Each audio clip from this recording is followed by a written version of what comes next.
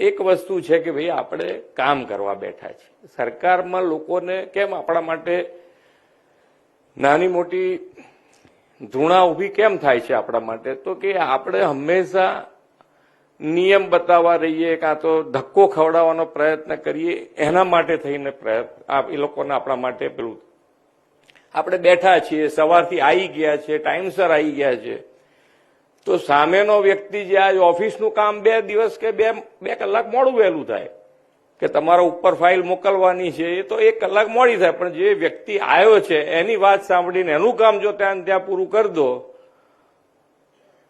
તો કેટલો આનંદ થાય પેલાને. તમને કોઈએ ધક્કો ખવડાયો હોય તો તમને ડબલ ગુસ્સો આવે. કેમ? કારણ કે તમે તો ગવર્મેન્ટમાં છો. સાલા હું ગવર્મેન્ટમાં છું તોય મારું સાંભળતો નથી. અરે ડબલ ગુસ્સો આવે ને. તો એ આપણો ગુસ્સો આપણા મગજમાં હંમેશા યાદ રહેવો જોઈએ આપણને કે ભાઈ આપણને જો આવો ગુસ્સો થતો હોય તો આપણના માટે કોઈને ગુસ્સો કેવી રીતે થવા દઈએ?